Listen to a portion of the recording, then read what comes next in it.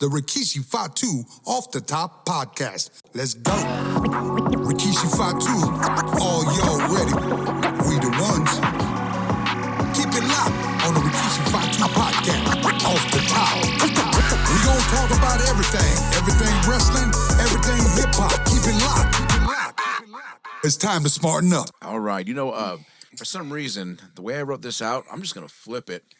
And we're going to do something we haven't done here before yet on the Off the Top podcast. First of all, how you doing, Rikishi? I'm good, man. Yeah, we here.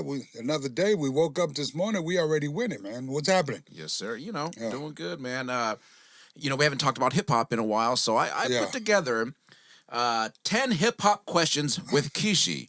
And basically, I'm going to ask you 10 questions involving hip-hop. And these are just rapid-fire questions, so you could just say one word. You can... you can dig a little deeper on it if it's your show. So, first of all, I'm going to ask you right off the bat, who's your favorite rapper of all time? Oh, that's a close one. But you know what? I got to go with Method Man, Wu-Tang. Okay. Just the whole Wu-Tang clan. Who is your favorite rapper turned actor? LL Cool J. All right. Okay. Biggie or Pac? Pac. What's your favorite rap song of all time? I'd have to go with Scarface, Smile. Who is your favorite Bay Area rapper of all time? Oh, Too Short. Oh, man. Condolences to Too Short. He lost his brother in a shooting in East Oakland this morning. Condolences out there to the dog and his family, man. Yes, and he's done so much for Oakland and been the poster child, if you will. And he lost his... That's so unfortunate. Condolences to Too Short there. But I love Too Short, too. He's one of my favorite rappers of all time. If you needed, and I doubt, but if you ever needed a rapper to back you up in a fight, Big Keish, what rapper would you turn to? Baby. Who's Biggie. That way I'll back it up one side, Biggie back it up the other side. Oh, my. Yeah. Can you imagine that double stink face? No. Big Keish and Biggie. Oh, my goodness. That's a tag team I've never, ever pictured. Biggie and Kishi backing it up you on know somebody. That's a draw, man. Yes, sir. Absolutely. That's like a WrestleMania moment. Come on now, of course. Yeah, we'd have to have Nicki Minaj or, of course, Cardi B. Speaking of Nicki Minaj and Cardi B, who is the sexiest rapper of all time? I'd have to go Eve. Whoa, okay. Yeah. All right. So probably the young kid, they don't probably even know about Eve. No, not at all. I remember Eve, man. You remember Eve? That was out of nowhere. That was he was a hottie. Okay. What rapper would you have liked to have seen turn into a wrestler? Who out there do you think, man, just has wrestler written all over him? Because for me, I think like Busta Rhymes, maybe, because he always was joked, had that charisma, that energy, that look. I mean, who say you? You know what? I'd probably have to go, if we're talking marketing and athletic ability, I'd probably have to go 50 Cent. Whoa, okay. 50 Cent, LL Cool J, Method Man. Let me see. I don't know. Maybe Flavor Flav. Flavor Flav. That's so cool. Okay, all right. But Flavor, he'd have to be like a Bobby Heenan or something. Right, like a manager or something. Of course, you know what I mean? yeah. But then you can also have for women's tag, I'd probably go Nicki Minaj and Cardi B. Okay, speaking of Nicki and Cardi again. 6-man tag, maybe add in, Lotto in there. Okay. Maybe Lotto in there, Okay. Big apple bottoms. So, on your next album that you got coming out, that you're working on right now, you're currently in production. If you could have Nicki Minaj, Megan Thee Stallion, or Cardi B feature on your album, which one of those three lovely ladies would you have feature on your album? Oh, my goodness. That's a hard one. No pun intended. Yeah, hey. You know what? I'd have to I'd have to go with the queen, man, Nikki. Okay. You know what I mean? Okay. Nikki's, she's been around the game for a bit, man, and I think to really, if I'm going marketing standpoint, somebody that understands the game and you got respect for, fans got respect for her for what she's done in the business. I'd have to trust somebody like that. Okay, all right, Nicki Minaj. Yeah, I think because Cardi B and who's Stallion, right? That's correct. They're kind of like the new breed on the scene, right? I think, but for Rikishi, but not to say hey, I wouldn't mind doing a feature with none of them. Right. But I mean, with all three of them. Yeah, of course, yeah. Yeah. So here we go. Final question. Question number 10. Big Keish, what era do you think had the best hip hop? 80s, 90s, early 2000s, mid 2000s, or where we're at right now currently? No, I gotta go 90s, man. Right? Yeah. Exactly. It's just a whole new vibe back in the 90s, man. Tribe Called Quest, Yes, Gangstar, Black Star. It goes on and on. Common. You know what I mean? So many. And they used to talk about, the lyrics in there meant something. You know what I mean? Like you could just close your eyes, you could listen to the song and the lyrics, and it's like you right there live with them. I mean, the skills of a lot of the rappers back in the day, was more so lyrics versus the beats. Now it's like you got a good funky beat. You know what I mean? And then it's just add a little bit of gibberish on there. It's like me, myself, and I ain't knocking it what it is. That's a new era, new generation, right? I don't understand it. You know what I mean? I like the beats. Mm-hmm. The beats, I can still, if it sounds good, it'll make me move to it. Right. Right? But I always like, for me, what drew me to rap was just the message that was in the song. You know what I mean? And when you have greats like, Public Enemy, Jay-Z, Ice Cube, Tupac, Biggie. Let's go up to the Bay where you got Too Short, Mac Mall. All those guys, you know what I mean? You really can understand what they're talking about in their music. Right. And the beats back in the day, man, is one of those beats, man. You can just do that two-stepping all day, that electric slide, and you still, you ain't blowed up. Yep. So yeah, I'd have to go with the 90s, and then with that New Jack Swing. Yeah. Remember that New Jack Swing vibe? That's like, of course. That's like for them older folks back in the day. Yeah. Such a good time, such good music. Mm-hmm. So that is my 10 hip hop questions with Kishi, ladies and gentlemen. So now we're gonna talk wrestling for you folks out there. So we're gonna talk about Saturday night's main event. What a huge show. We're gonna start off with Jacob Fatu, your nephew.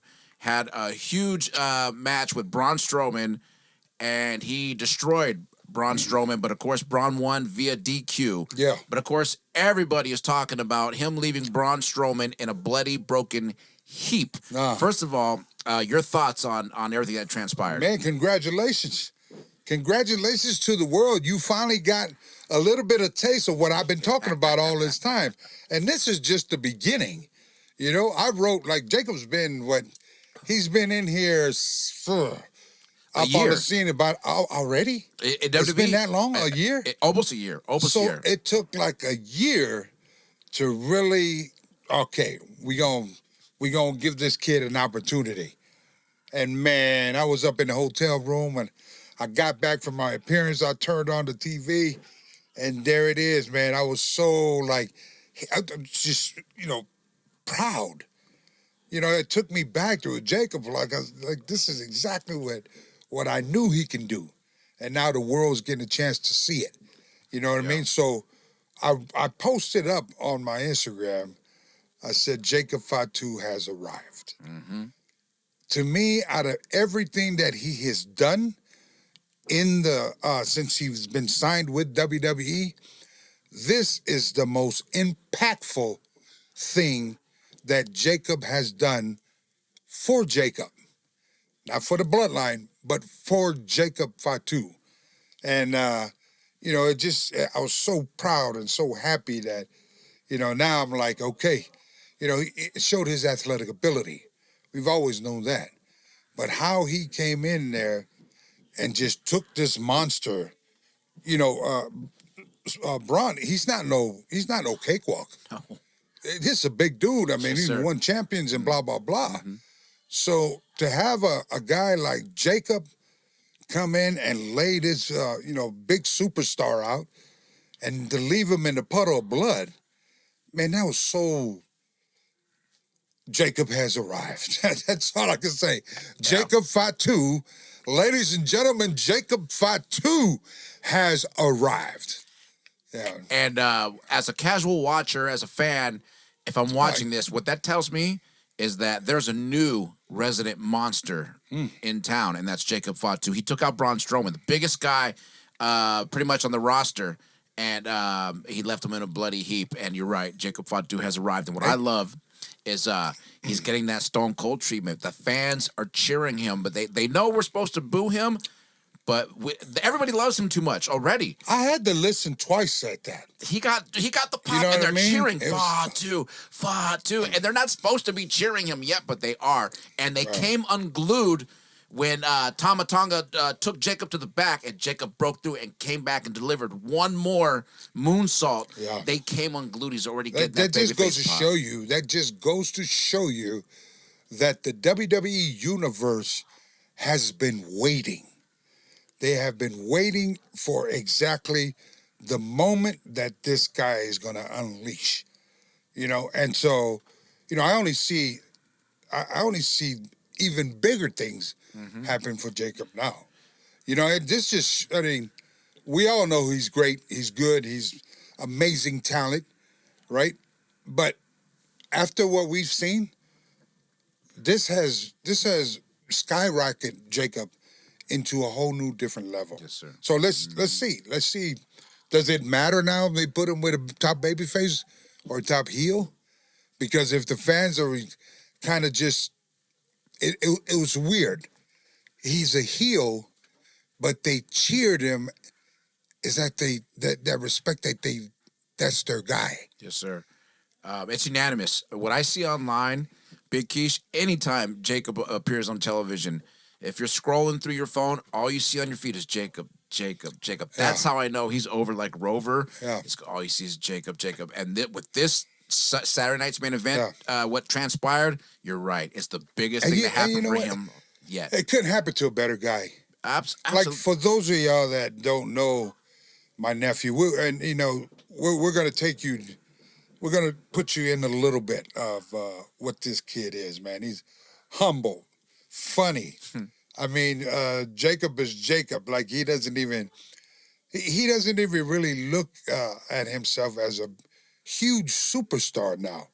He's been in WWE for well over a year, and he's still Jacob, just that humble guy. Yes, sir. You know what I mean? And it's so good just to, when we all see a family member or a close friend, like you and Jacob is, Joey. Yeah. And to be able to, see your friend, my nephew, like on this big stage, just skyrocket to the next level.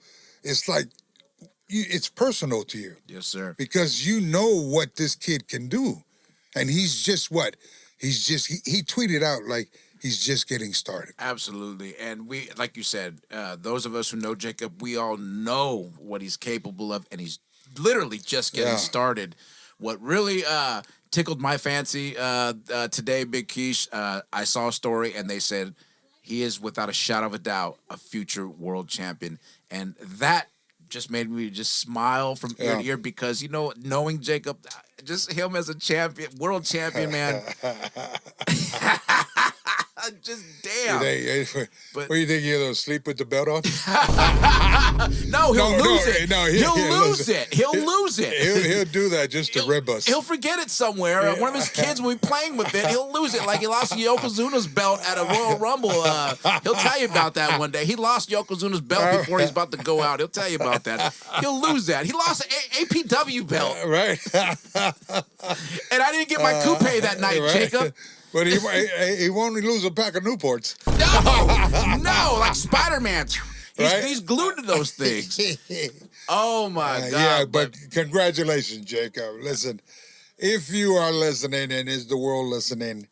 If the world is listening, man, let me tell you, man. It's just we're so proud of this kid here, man. Just from A to Z. You know, he's been through a lot.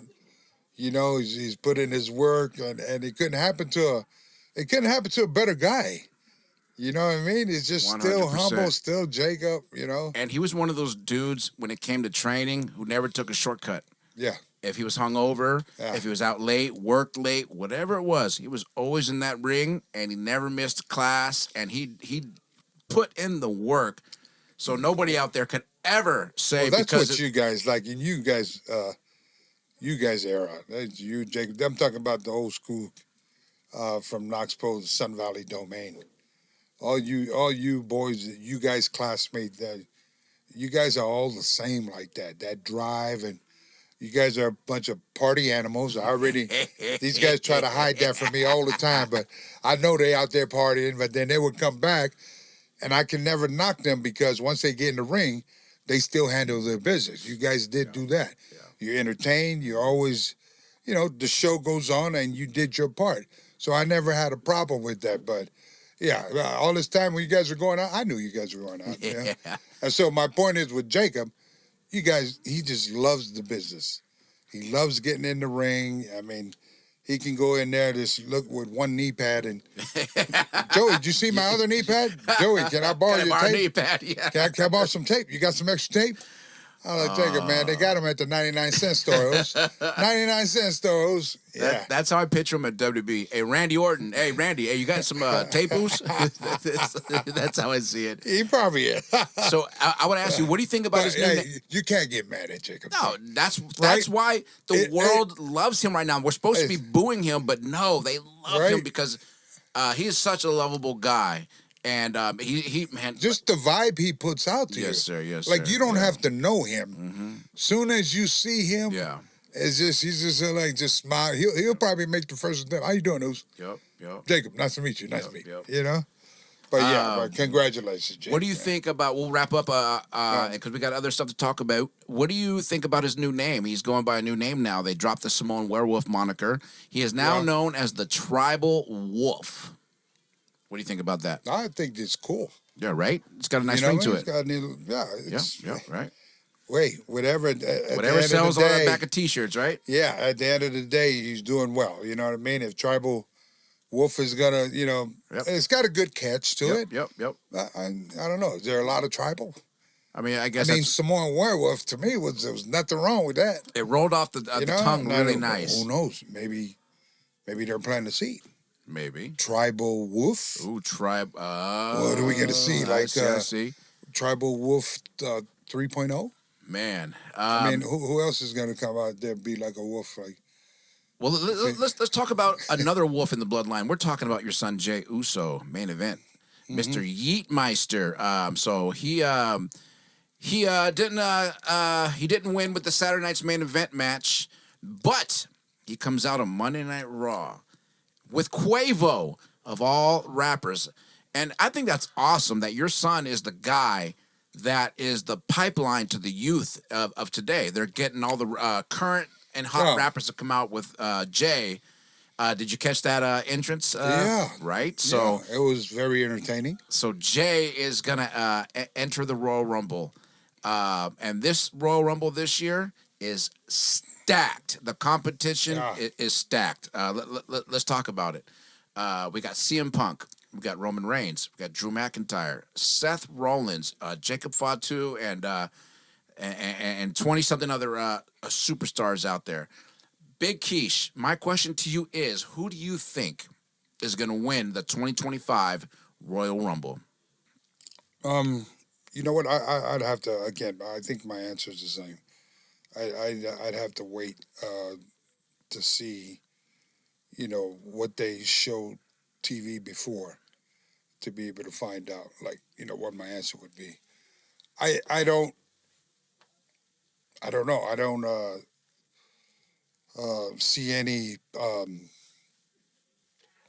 players in my family. Possibly if Jacob, maybe. Mm-hmm. I don't know. he can probably, because he's coming off such a hot TV right now, and then Royal Rumbles next weekend.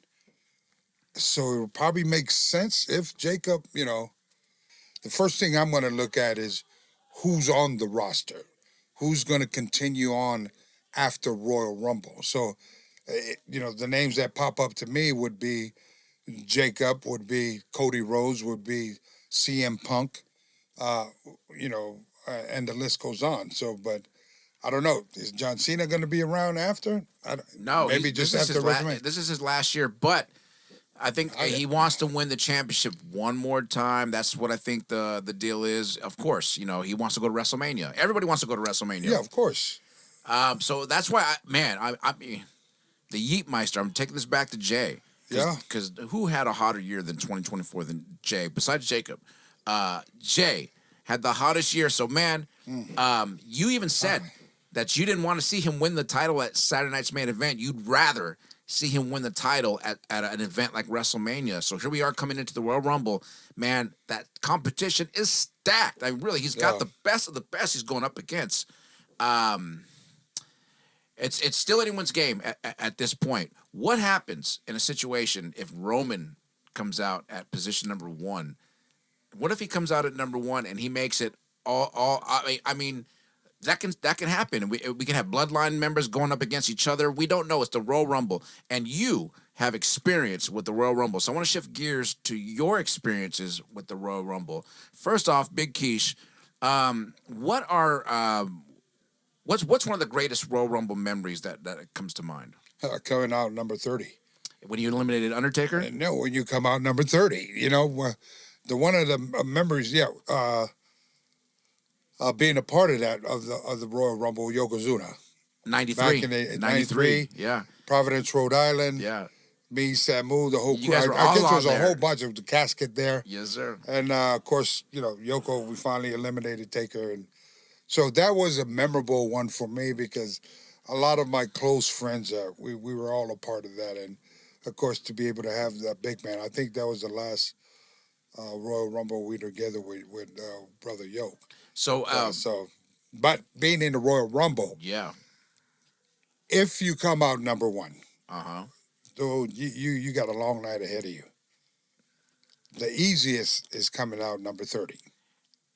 Right? You came out at number 30 before, right? Yes. In 2001. Yes. And you had a spot with The Undertaker. Yes. Please tell us how that spot came to be. Number 1, it was great.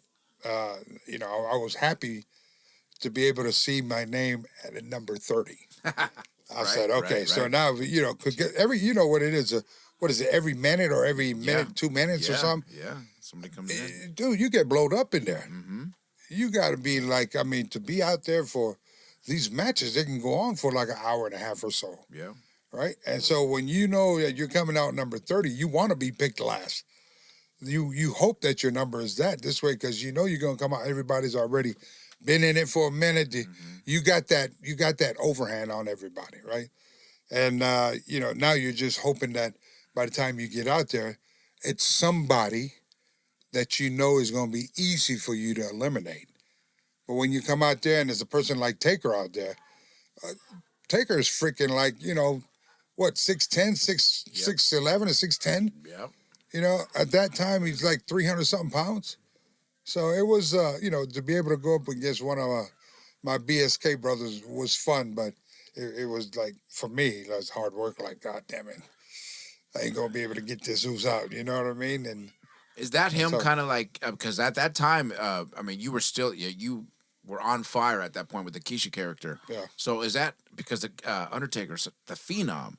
So it's the Maven spot because you got rid of him. So he's basically saying this is the guy by you getting rid of someone of his importance. Yeah. Is that what? So he's kind of giving you the rub in that moment, yeah. Well, it felt good. It felt good, and I was appreciated.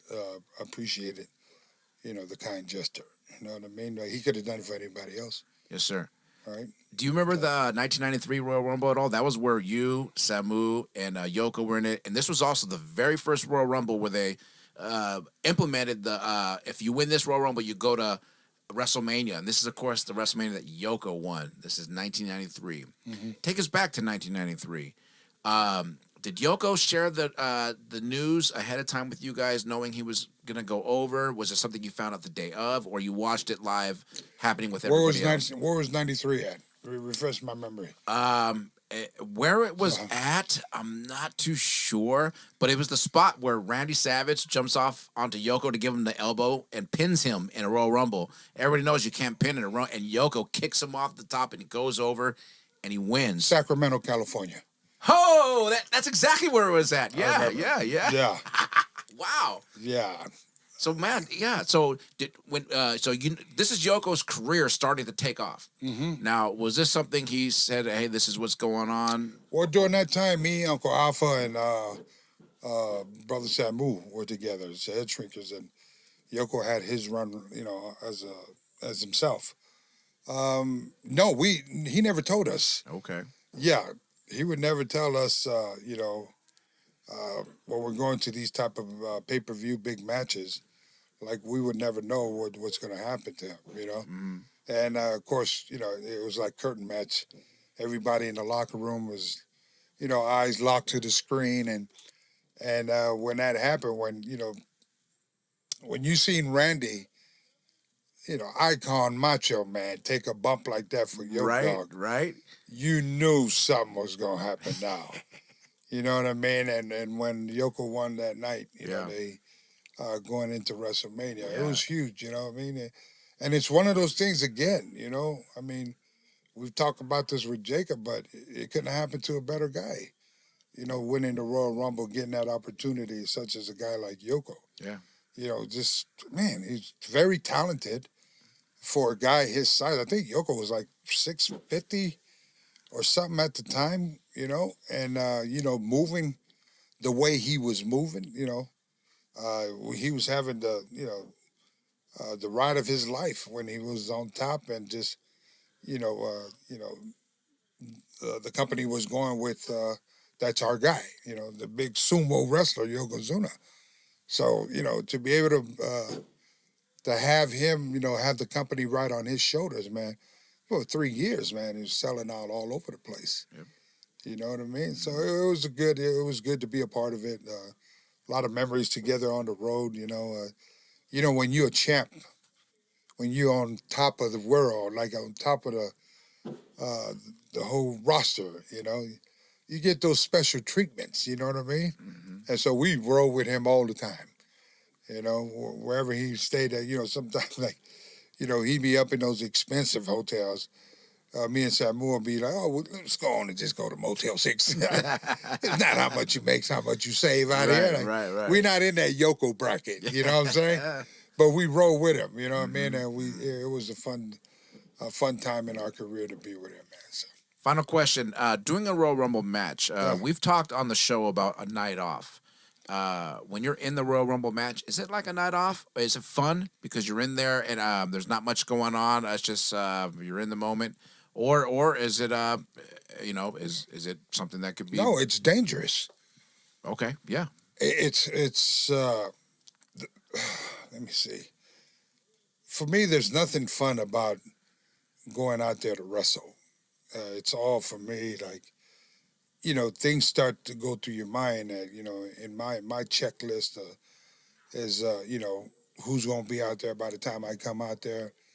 What am, this who I'll probably go to, or this who I'll stay away from, because this person here is just clumsy. This guy here is, because it's like a survival pit. You know what I mean? You got guys that are from all across the world. Not everybody's trained the same. And the one thing with the Royal Rumbles is like, you got 30 people in there. You definitely don't want to take bumps and be laid down on the floor. Or, because you can kind of take a bump, step backwards and sprain your ankle or rip your Achilles or, blow your knee out. And then I'd be hot at the person laying behind me. It's like, get the hell away from me, right? So it's a dangerous thing to be involved in any battle royal when you have a lot of bodies in there. I prefer to be one-on-one. Because now, I can see as far as, who I'm working with, and I can see as far as, where he's falling and ring awareness. You know what I mean? Control body movement. So that's whereas in the Rumble, you got like 20 other people that you got to look around for. There's other dudes might want to be able to just get their in and jump off the top rope for no reason. Jump off the top rope and accidentally hit somebody else in the forehead. Like, my first thought to you, like, why would you be jumping off the top rope in a battle royal when there's 30 people of us in here? Like, what sense is that, gonna make? But again, that's part of their training where, the choices that, they think that make sense to them, can possibly hurt somebody else.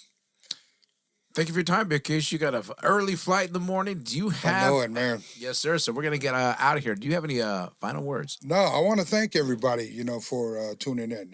Thank you, Joey, our staff here in the studio, and Frank and Mike. Brother Edie's probably listening now. Yeah, thank all the fans, for continuing to support the podcast. We as always try to give it to you straight raw, nothing scripted. I always like that, and so 2025, I look forward to having more fun with everybody and yourself on the podcast. And always remember, it's free to be kind, and always smarten up. Man, we up. On we up.